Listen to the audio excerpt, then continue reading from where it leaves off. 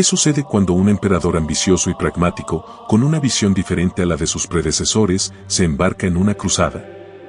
La Sexta Cruzada, liderada por Federico II, fue un evento complejo y controvertido que desafió las normas tradicionales de las cruzadas.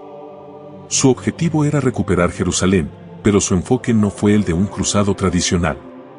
Adentramos en un capítulo aún más complejo y fascinante, la Sexta Cruzada. A principios del siglo XIII, la situación en Tierra Santa seguía siendo complicada para los estados cruzados. Tras el fracaso de la Quinta Cruzada, los cristianos aún buscaban una manera de consolidar su presencia en la región y recuperar Jerusalén. La caída de Jerusalén en manos musulmanas en 1187 había sido un golpe devastador para los cristianos, y la recuperación de la Ciudad Santa se convirtió en un objetivo primordial para la Iglesia Católica. El Papa Honorio III, sucesor de Inocencio III, quien había impulsado la Quinta Cruzada, continuó alentando la idea de una nueva cruzada, pero la situación política en Europa era compleja. Las constantes guerras entre los reinos cristianos, la inestabilidad política y la creciente influencia del movimiento cátaro en el sur de Francia dificultaban la movilización de recursos y tropas para una nueva cruzada.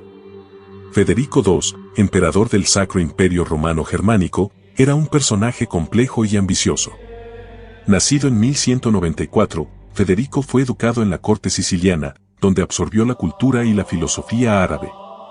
Esta experiencia temprana le proporcionó una perspectiva diferente a la de sus predecesores, quienes veían a los musulmanes como enemigos irreconciliables.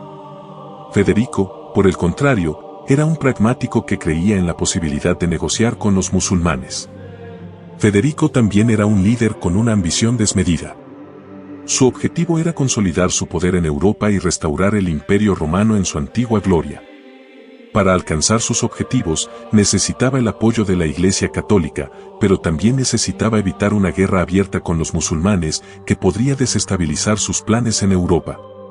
El Papa Gregorio IX, sucesor de Honorio III, vio en Federico una oportunidad para recuperar Jerusalén y presionó al emperador para que cumpliera su promesa de liderar una cruzada. La presión papal, junto con las amenazas de excomunión, finalmente obligaron a Federico a embarcarse en su viaje hacia Tierra Santa en 1227.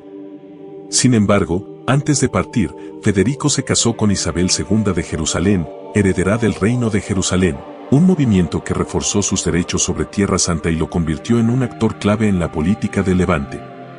Este matrimonio estratégico también le permitió consolidar su posición como protector de los estados cruzados y fortalecer su legitimidad para liderar una cruzada. La determinación de Federico II de emprender la Sexta Cruzada se vio afectada por un obstáculo inesperado, una epidemia que azotó su ejército en 1227.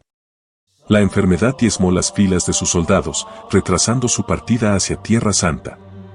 Este retraso, aunque comprensible, enfureció al Papa Gregorio IX, quien ya estaba impaciente por la tardanza del emperador. Gregorio IX, un hombre de carácter fuerte y defensor de la cruzada como herramienta para la expansión del poder papal, veía a Federico como un aliado crucial en la lucha contra los musulmanes. La excomunión era una herramienta poderosa en el arsenal papal, utilizada para presionar a los gobernantes y asegurar su obediencia. La excomunión de Federico fue un golpe severo para el emperador. No solo significaba la pérdida del apoyo moral y espiritual de la Iglesia, sino que también lo aislaba políticamente. Federico necesitaba el apoyo de la Iglesia para consolidar su poder en Europa, donde enfrentaba la oposición de muchos nobles y príncipes. Sin embargo, Federico era un hombre de ambición y determinación. A pesar de la excomunión, decidió continuar con su cruzada, partiendo hacia Acre en 1228. Su decisión de seguir adelante, a pesar de la presión papal, demuestra su determinación de cumplir su promesa de recuperar Jerusalén, aunque fuera a costa de su relación con la Iglesia. Federico II llegó a Acre en 1228 con un ejército diezmado por la epidemia y con la excomunión papal sobre sus hombros. Sin embargo, su ambición y su pragmatismo no se habían extinguido. En lugar de lanzarse a una guerra arriesgada, Federico decidió apostar por la diplomacia, una estrategia que sorprendió a muchos de sus contemporáneos. Su objetivo era recuperar Jerusalén, pero no a cualquier precio. La guerra, en su opinión, solo traería más derramamiento de sangre y podría desestabilizar sus planes en Europa.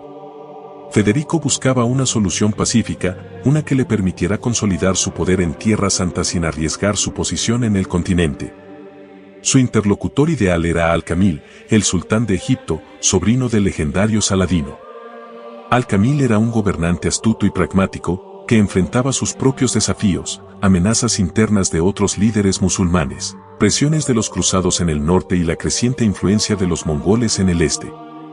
Federico vio en Al-Kamil una oportunidad para negociar un acuerdo que beneficiara a ambos. Las conversaciones entre ambos líderes se llevaron a cabo con cautela y diplomacia. Federico, con su conocimiento de la cultura árabe y su capacidad para negociar, logró establecer un puente de entendimiento con Al-Kamil. Finalmente, en 1229, en la ciudad de Jaffa, firmaron un tratado que sorprendió al mundo, el Tratado de Jaffa. Este acuerdo histórico devolvía Jerusalén, Belén y Nazaret a los cristianos, pero con algunas condiciones: la explanada del templo y la mezquita de Al-Aqsa, lugares sagrados para el Islam, permanecerían bajo control musulmán. La recuperación de Jerusalén por parte de Federico II a través de la diplomacia, en lugar de la guerra, provocó una ola de reacciones encontradas.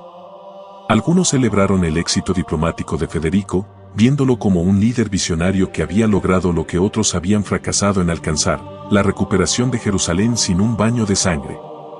Sin embargo, muchos, especialmente dentro de la Iglesia y la nobleza europea, criticaron duramente a Federico. Lo acusaron de traicionar los ideales de la cruzada, de haber negociado con el enemigo y de haber cedido demasiado a los musulmanes. La excomunión de Federico, que no fue levantada inmediatamente, alimentó la controversia y exacerbó las tensiones entre el emperador y el papado.